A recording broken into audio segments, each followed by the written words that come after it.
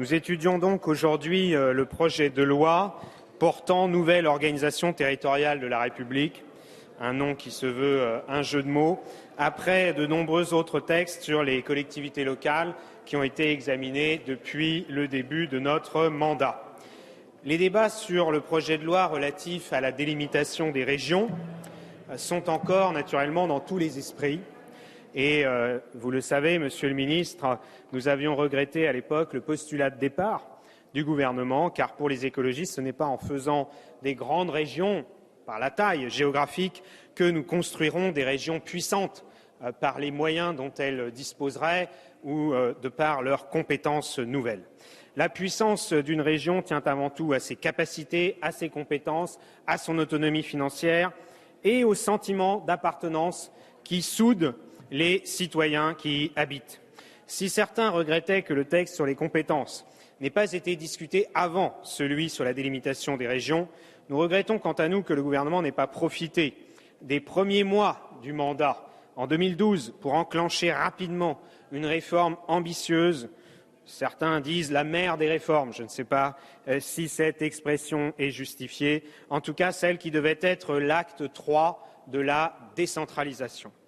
On a cru la voir pointer à nouveau lorsque le Premier ministre a annoncé, lors de sa déclaration de politique générale en avril 2014, vouloir supprimer les conseils généraux. Voilà une réforme que nous avions saluée comme courageuse, qui aurait marqué l'histoire de notre pays, tout autant qu'elle aurait été synonyme d'une véritable clarification de ce que l'on appelle le millefeuille territorial. Au lieu de cela, nous avons cru comprendre, Monsieur le ministre, Madame la ministre, que la France allait garder cet échelon départemental. Nous sommes loin de l'acte 3 de la décentralisation, puisque ce texte ne prévoit aucun réel transfert de compétences entre l'État et les collectivités locales. Par ailleurs, il ne prévoit pas non plus de réels pouvoirs réglementaires pour les régions, mais une simple possibilité de faire une demande au Parlement et au gouvernement d'une adaptation de la loi. Si l'intention est tout à fait louable, on doit noter ce qu'il faut bien appeler l'échec d'un dispositif comparable prévu depuis 15 ans pour la collectivité territoriale de Corse. Sur une cinquantaine de demandes, la Corse n'a obtenu que des réponses négatives, quand ce n'était pas une absence de réponse tout court. La réforme que nous attendions était celle d'une décentralisation que nous appelons pour notre part différenciée, articulée autour d'un couple région-intercommunalité renforcé, raison pour laquelle nous voyons d'un bon œil le relèvement du seuil minimal en prenant en compte, bien sûr, les nécessaires adaptations locales pour la taille des intercommunalités. Celui qui allait devenir le président de la République n'estimait-il pas, dans un discours à Dijon, prononcé devant plusieurs milliers d'élus locaux, qu'il fallait accepter la diversité territoriale et faire que les régions puissent disposer d'un pouvoir réglementaire leur permettant d'adapter la loi nationale aux réalités du territoire.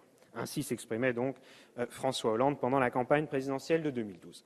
Nous tenterons d'améliorer le texte en ce sens, même si nous regrettons la timidité de cette réforme comparée au discours de l'époque et à ce qui se fait ailleurs en Europe. Tous les États de l'Ouest de l'Europe de taille comparable à la France ont adopté soit un système fédéral, où toutes les régions participent au processus normatif dans son entièreté, comme en Allemagne, soit un système différencié d'autonomie régionale qui peut s'appliquer à l'ensemble du territoire, comme en Espagne et en Italie. Chez nos voisins européens, la région partage avec l'État le pouvoir normatif et les assemblées ou parlements régionaux, d'ailleurs, on va jusqu'à parler de parlements régionaux, s'imposent en droit et en fait aux autres niveaux de collectivités infrarégionales, y compris les métropoles, sans que cela soulève quelque contestation que ce soit. Certaines dispositions du texte que nous abordons aujourd'hui nous semblent aller dans le bon sens. Nous soutenons le transfert d'un certain nombre de compétences du département vers la région, afin d'asseoir la compétence de développement économique et d'aménagement du territoire de celle-ci.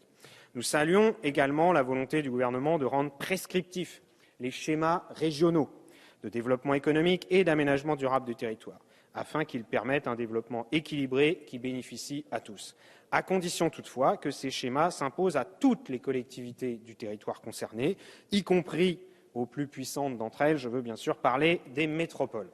Cette compétition entre régions et métropoles risquerait en effet de poser problème, notamment pour les périphéries moins intégrées. Il conviendra de clarifier ces points lors des débats, mais également à éviter la possibilité d'un veto sur les schémas, ce qui a posé de nombreux problèmes, notamment en Île-de-France à une certaine époque, dans la relation État-région. Après l'avoir rétabli en début de mandat, nous regrettons la volonté de suppression de la clause de compétence générale pour les régions. Nous étions, pour notre part, favorables à ce que les régions aient cette clause de compétence générale. Par ailleurs, il faut faciliter la création de collectivités à statut particulier. C'est là que nous parlons de différenciation. Cela a été possible pour les métropoles de Lyon ou de Paris, ou même avant la métropole. La ville de Paris a un statut particulier depuis très longtemps, puisqu'elle cumule de fait les compétences d'une ville, d'une intercommunalité et d'un conseil général. Cela devra l'être pour la Bretagne, le Pays basque, je pense à la Savoie aussi, et les autres territoires où des expressions citoyennes fortes se sont exprimées, mais aussi de la part des élus locaux, bien sûr. Si l'État doit plus que jamais retrouver son rôle de garant de l'égalité des territoires et de la justice sociale, notamment par des péréquations, il doit également libérer les capacités d'initiative régionale et locale et faire confiance aux élus locaux pour mener des projets. Il s'agit d'aboutir à une relocalisation de l'économie, intégrant la dimension écologique et refusant la mise en concurrence entre territoires dans laquelle pourrait s'inscrire, du moins un certain nombre de nos concitoyens le craignent, la métropolisation. Seules les régions chargées de l'aménagement équilibré du territoire sont capables de faire échec à ce sentiment de relégation ou d'oubli.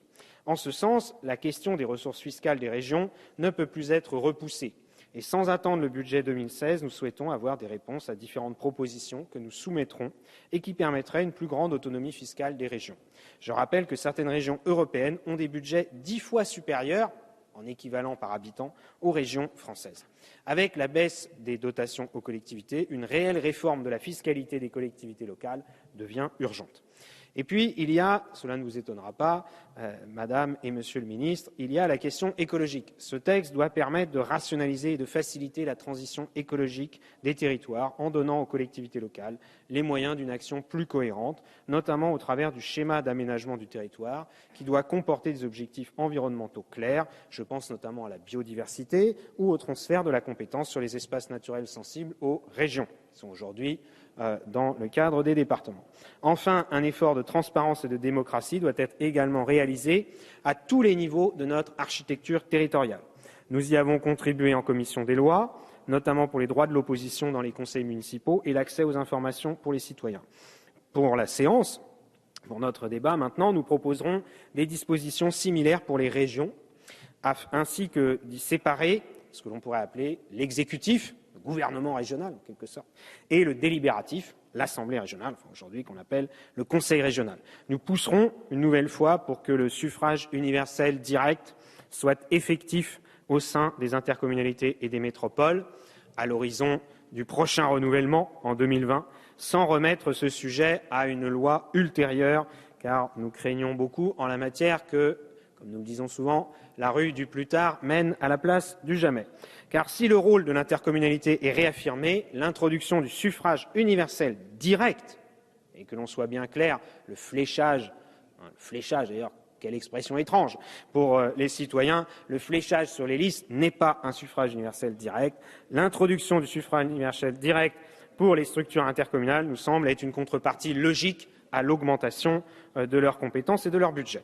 Enfin, nous souhaitons une réelle transparence des subventions des collectivités, comme cela avait initialement été annoncé par le gouvernement. En définitive, Madame et Monsieur les ministres, mes chers collègues, la question à laquelle nous devrons répondre est la suivante. Le texte qui sortira de l'examen en séance aboutira-t-il à un réel renforcement des régions, à plus de démocratie locale, à des perspectives d'autonomie fiscale des collectivités renforcées, à une meilleure articulation des actions des collectivités en matière d'environnement et de développement durable. Voilà donc exposés les grands axes sur lesquels les députés du groupe écologiste souhaitent travailler sur ce projet de loi de façon constructive afin de l'améliorer. C'est à l'aune de ces critères que nous pourrons dire que ce texte constitue une avancée qu'il convient de soutenir. Merci de votre attention. Merci.